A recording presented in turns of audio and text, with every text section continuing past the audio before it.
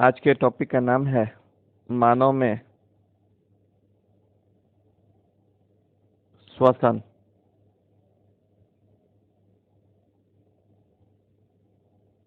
मानव में श्वसन, यही टॉपिक का नाम है। तो परीक्षा के दृष्टि से बहुत ही इम्पोर्टेंट है मानव में श्वसन। तो देखिए श्वसन कैसे होता है। सबसे पहले हमारा नासा द्वार है, नोस्ट्रिल जिसको कहते हैं। इससे हम लोग सांस लेते हैं, ऑक्सीजन लेते हैं।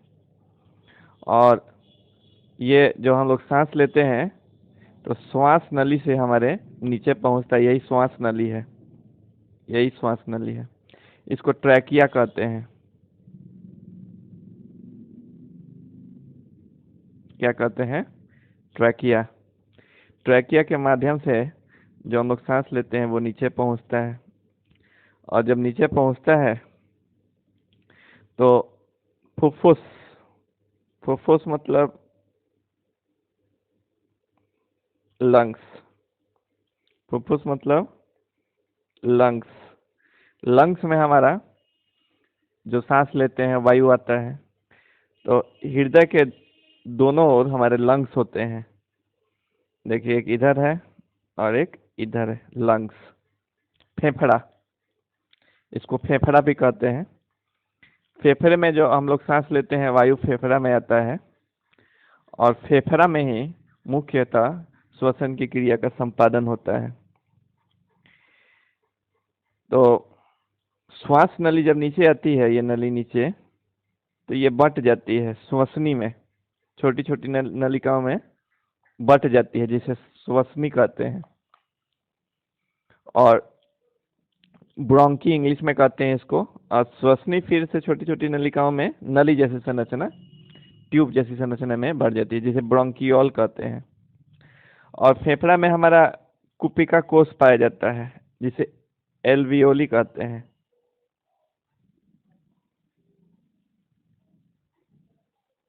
क्या कहते हैं? एल्वियोली, कुपिका कोष। ये बैलून जैसी संरचना होती है, और फेफड़े में हजारों लाखों कुपिका कोष पाया जाता है। ये एल्वियोली नामक संरचना पाई जाती है। जैसे बैलून आप देखते हैं ना, फुलाने पर बैलून होता है, वैसे ही ये कुपिका कोष होता है हजारों लाखों की संख्या में। और इसी में गैसों का आदान प्रदान होता है, और रक्त में इसी के माध्यम से ऑक्सीजन जो हम लोग ग्रहण करते हैं ना नाक से, वो रक्त में मिल जाता है।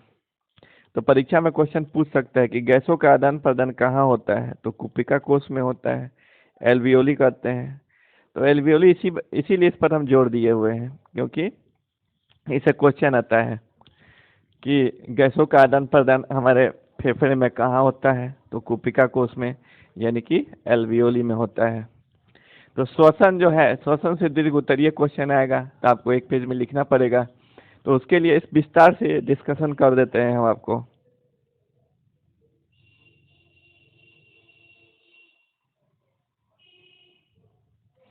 देखिए सबसे पहले हमारा नासा द्वार है, नोस्ट्रिल,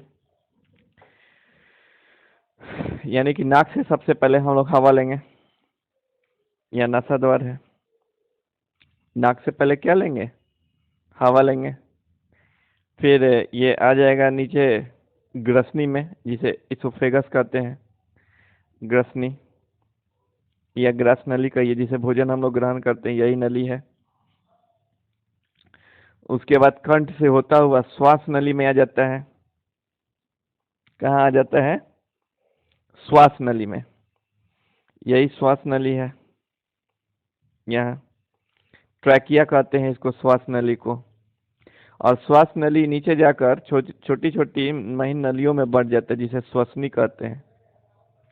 ब्रोंकी, ब्रोंकी कहा जाता है इसको, और श्वास नली को ट्रैकिया कहा जाता है, और श्वसनी को ब्रोंकी कहा जाता है। और श्वसनी फिर नीचे जाकर और छोटी छोटी महीन नलियों में बढ़ जाता है, जिसे श्वसनिका कहा जाता है, ब्रोंकियोल। और इस तरह से हमारी जो हवा लिए रहते हैं नाक से ऑक्सीजन, वो फेफड़ों तक पहुंच जाता है। फेफड़ा, फेफड़ा को फुफ्फुस कहिए, या लंग्स कहिए, लंग्स। हृदय के पीछे दोनों ओर फेफड़े होते हैं, एक इधर का फेफड़ा हो गया और एक इधर का फेफड़ा हो गया, दायां और बायां फेफड़ा। फेफड़ों में कुपिका कोष नामक संरचना पाई जाती है जिसे एल्वियोली कहते हैं। ये बैलून जैसी संरचना होती है, देखिए यहाँ कुपिका कोष है, यही है कुपिका कोष, यही बैलून जैसी संरचना है। इसको बाहर निकाल कर दिखाया गया है। ऐसी संरचना लाखों के करीब में पाई जाती है लंग्स में हमारे। यही मुख्यतः जो ऑक्सीजन है और CO2 का आदान प्रदान यहीं पर होता है, और इसी के माध्यम से लिया हुआ ऑक्सीजन हमारे खून में, रक्त में मिल जाता है और शरीर के अन्य हिस्सों में पहुंच जाता है। तो क्वेश्चन कर सकता है कि गैसों का आदान प्रदान कहाँ होता है, तो कुपिका कोष में होता है, यानी कि एल्वियोली में होता है। और कुपिका कोष में रक्त रुधिर वाहिकाएं भी होती हैं, ब्लड वेसल्स, यानी कि जो रक्त को एक जगह से दूसरे जगह ले जाने के लिए नलियां होती हैं, रुधिर वाहिकाएं, वो पाई जाती हैं। और इस तरह से मानव में श्वसन की क्रिया का संपादन होता है। तो इसको और विस्तार में समझने के लिए हम लोग आगे चलते हैं। तो मानव श्वसन तंत्र क्वेश्चन आ सकता है। तो सबसे पहले नाक से हम लोग ऑक्सीजन लेते हैं और ग्रसनी के माध्यम से, यानी कि भोजन नली जो है इसोफेगस, उसके माध्यम से नीचे आता है ऑक्सीजन, कंठ तक पहुंचता है, कंठ से फिर नीचे श्वास नली में आता है, यही श्वास नली है। यह श्वास नली दिखाया गया है जिसको ट्रैकिया कहते हैं। श्वास नली को क्या कहते हैं? ट्रैकिया, ट्रैकिया कहते हैं। फिर श्वास नली नीचे आकर छोटी छोटी महीन नलियों में बढ़ जाता है ऐसे, जिसे श्वसनी कहते हैं, ब्रोंकी। यहाँ श्वसनी को दिखाया गया है, ये श्वसनी है। और उसके बाद श्वसनी किस में बढ़ जाता है? और छोटी छोटी महीन नलिकाओं में, जिसे श्वसनिका कहते हैं, ब्रोंकियोल।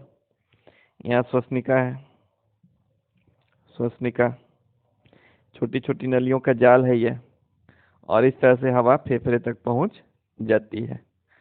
फेफड़े हमारे दाएं तरफ भी पाए जाते हैं और बाएं तरफ भी पाए जाते हैं, पसलियों के नीचे। जब सांस लेते हैं तो पसलियां ऊपर उठती हैं और फेफड़ों में हवा भर जाती है।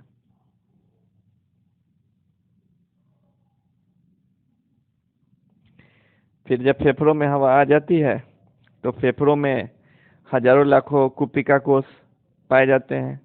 बैलून जैसी संरचना है ये, जिसको एल्वियोली कहते हैं, यही है कुपिका कोष।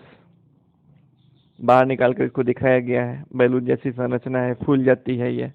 इसी में रक्त नलिकाएं होती हैं, रक्त वाहिकाएं होती हैं, और रक्त में ऑक्सीजन मिल जाता है।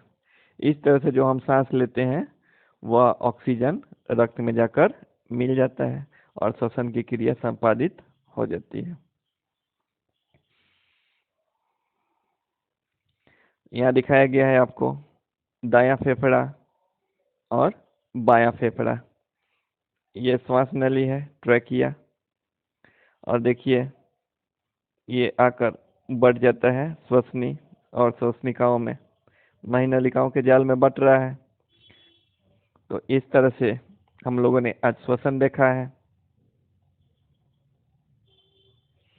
और ये देखिए ट्रैकिया है, श्वास नली है, ये दायां फेफड़ा और ये बायां फेफड़ा है। और ये जो श्वास नली है महीन महीन नलियों में बढ़ जाता है श्वसनी में, दायां श्वसनी और बायां श्वसनी है। और फिर इसमें एल्वियोली नामक संरचना पाई जाती है, बैलून जैसी यह संरचना है। इसी में गैसों का आदान प्रदान होता है और हमारे रक्त में ऑक्सीजन मिल जाता है।